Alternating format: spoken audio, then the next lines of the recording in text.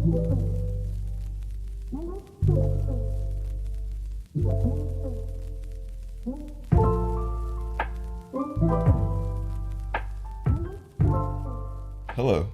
I'm still in New York, as you can see. Been here for 2 weeks. 2 very long, productive, fun 2 weeks. But I'm actually headed to Chicago tomorrow for work. Just enjoying my last day here in New York, and this is actually being filmed Tuesday. It's like 7 hours before you see this, maybe a little bit more, 11:40 in the morning. It's raining, it's a really cloud and gloomy day, but figured we could do a frequently asked questions video. Haven't done one of these in a minute, but I've had a lot of people reach out to me on Instagram, on YouTube. I've been having a lot of conversations with friends and just wanted to answer some more commonly asked questions that might help you out in your journey as a creative videographer, photographer. Let's get into it. And if this is your first time stumbling on my video, my name is Saul. Welcome. I am a freelance videographer and photographer based in Los Angeles primarily, but also New York from time to time. Been doing this for almost 5 years. I've worked with brands all across the world, including Apple Music, Spotify, Netflix, Under Armour. I'm working on a project with Facebook right now, so I've done a lot, but let's get into these questions. And yes, I am in my bed. Accept it for what it is, all right? I'm just really cozy right now. It's gloomy outside, all right? Just trying to stay warm. So the first one is, how is the 70 to 200 millimeter lens? So I recently bought the 70 to 200 millimeter, even though I've used it extensively throughout my career. I primarily rented it because I didn't have the money to buy it. But I recently bought it. It cost $2,500, which is a little steep, but it's great. I love it for portrait photography. I use it a lot for sports. That's one of my main lenses. So I know a lot of people ask like what lens I use when I'm shooting like basketball or football workouts. I usually shoot with the 70 to 200 f2.8 Sony G Master lens, but you don't have to get that one. You know, you can use other lenses as well, whatever works for you, but that's primarily the lens that I use. And what's your favorite city to travel to? So I do travel a lot. I've been to 28 different countries, but one of my favorite places that I've traveled to is London.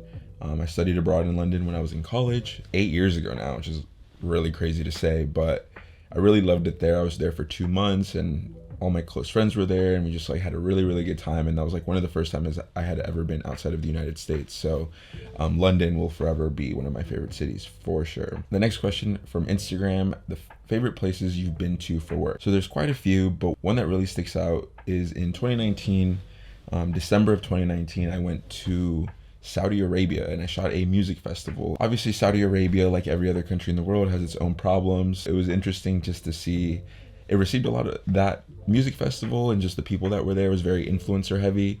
It received a lot of backlash on social media, and I was there creating a lot of the content. So you know, it was an interesting experience just to be on both sides of that conversation. I will say the people of Saudi Arabia were really kind. They did treat us really well, and it was a really great experience just overall. So Saudi Arabia was by far one of the more polarizing places that I've been to, without a doubt. This is a good one. So what are some steps to shoot a concert if you haven't before? Getting a media pass, etc. So shooting a concert is really nuanced, and there's really no right or wrong answer, but there are a few ways that you can shoot a concert, especially if you live in a bigger city.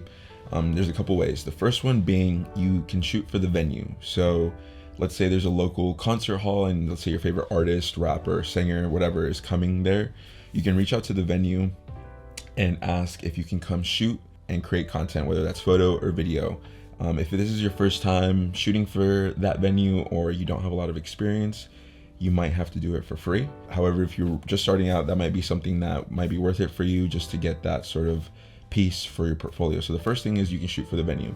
The second way you can shoot for a concert is shooting for a publication. So that might be like an online music blog, that might be a magazine. You can reach out to them, and if they have connections with that venue or the artist, they might be able to facilitate you getting a media pass for you to shoot a concert. So that is the second way. And the last way that I can think of is to shoot for the artist directly. So obviously, depending on how big the artist is, if it's like Kanye West or something, the likelihood of you getting in contact with his management team, that's not going to happen. But if it's a smaller artist coming to like a local venue, you might be able to find their publicist or manager's contact information like on their Facebook page. They'll usually have like a contact email address for that publicist or for the music label, and just make sure to write a professional email, something along the lines of, "Hi, my name is so-and-so. I am a local photographer, videographer here in the city. This is my experience. You can see more of my work on my portfolio here or on my Instagram. I'd love to come and create some content for you when you're in the city. The likelihood that they respond may be 0, but if they do respond, then that's a really great way to establish that connection with that artist and their management team. Sometimes you can even DM the artist directly via Instagram, and you never know, they might reply depending on how big they are. So yeah, those are the few ways that I can think of how you can get a media pass or get started with shooting concerts. One question that I do get a lot is about cameras and what cameras just to buy when it comes to video making. A lot of people always ask me for entry-level cameras, and honestly, it's really difficult for me to answer that question because I don't know what budget you might have, what level you're at. Entry level or price range could vary from person to person. Someone who is looking to be on a budget for someone might be $500, a budget for someone might be $10,000. It really just depends. But if you're, say, someone in high school, you come from a middle class family, you're just looking to start shooting videos for fun with your friends, you don't have a lot of money to spend, but you have around $500. One recommendation that I have is the Canon Rebel series. So a lot of people get started with like the Canon Rebel T7i or the T5i.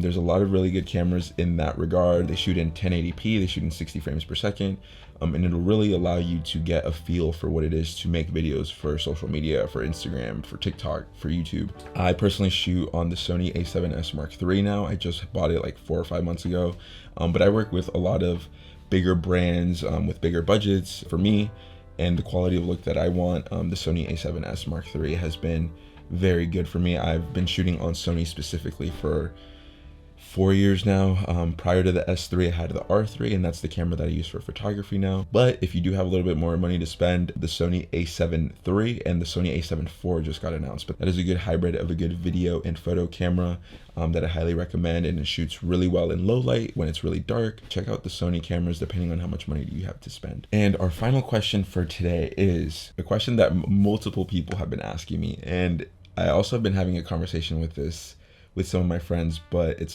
comes down to budgeting. And the question is, should I shoot videos for free? And my response to that is no, you shouldn't be making videos for free, especially if you're trying to make this a career path, because longevity wise, you can't live off of making videos for free. However, caveat always, if someone is asking you to make a video for free, you need to really take into account whether it's worth it for you. You know, if you're just starting out, if you're in high school and you're in college and someone is reaching out to you to make a video for free and you really want to do this as a career path, then yes, you should do it for free. But something that you'll realize the more you get into this career, say you're 3, 4, 5 years into it like myself, I started out making videos for free, don't get me wrong, but as you get older, people still reach out to me and ask me to do videos for free. And I don't find it offensive, like I get it. For someone that makes the living off of this and has a career off of this, and I need to pay my taxes, I need to pay my bills, I want to retire one day, you know, like I can't be making videos for free.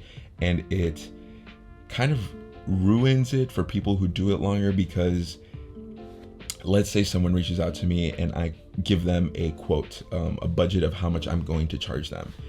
And for some people, it might seem like a lot of money, and for some people, it may not seem like a lot of money. But for some people who think I charge too much or might be too expensive, that is because there's always going to be someone who will do it for free or will do it for cheaper, which is fine. You know, we live in a capitalist society. You can't afford a Lamborghini, you're not gonna go buy a Lamborghini, you're gonna go buy a Toyota Prius. So I get it, like it makes sense. In this case, like it does suck for people like me, because I try to make a living off of this. I try to put out a good product. If you are just starting out and there's certain clientele that's reaching out to you, whether it's just, you know, a local trainer, an influencer in your neighborhood or whatever, they might not have any money, but they might be like, oh, I can't pay you, but I'll tag you and everything. And if you're just starting out, a tag might be enough for you. But when you're starting out, in order to make it in this career path, I just want to stress that you need to keep your expenses as low as possible, because if you're doing work for a tag on Instagram, then you need to keep your expenses as low as possible, because you're not going to have money to pay for anything that you want. The more you get into this, you have to start charging, whether it's $1,000 per video, $2,000 per video, $10,000 per video, $30,000 per video, whatever it is. Just know that you can't always make videos for free, but if you're starting out and you need a portfolio piece or you need a proof of concept, then yes, you should make videos for free. But in the long term, let's say you do videos for free for 3, 4, 5 months as you're starting out, but after that, make sure you start charging based on what you think your time is worth, based on what you think your experience level is at, based on what equipment you're using, based on what the client is asking for, because you cannot make a living off of making videos for free. And if you wanted to learn more about how to price videos, I also made a video on that, and I'm gonna link it right here. It's like a 20-minute video, and it has a free guide and template for you to charge people. So hopefully that helps as well. It's a quick little frequently asked questions video. I appreciate you for watching. If you like this video, if you enjoyed it, if you learned something, don't forget to leave a like, a comment, subscribe. It really helps me out. We're at 1,070 people now, so it's crazy. We're really getting up there. Also, don't forget to follow me on Instagram. It's linked in the description. It's at Saul Lopez. If you have more questions that I didn't answer in this video, or you just want to chat, or you just want to get some advice, whatever it is, feel free to DM me on Instagram. I reply to every single person that reaches out. I love interacting with you guys and talking about videography and photography and freelancing. But again, appreciate you for watching, and stay safe out there. I'll see you next week. Peace. I might just hit it through. That's on my element. I like dark skins, love a melanin. Talk, pushing the guitar when I'm stepping in.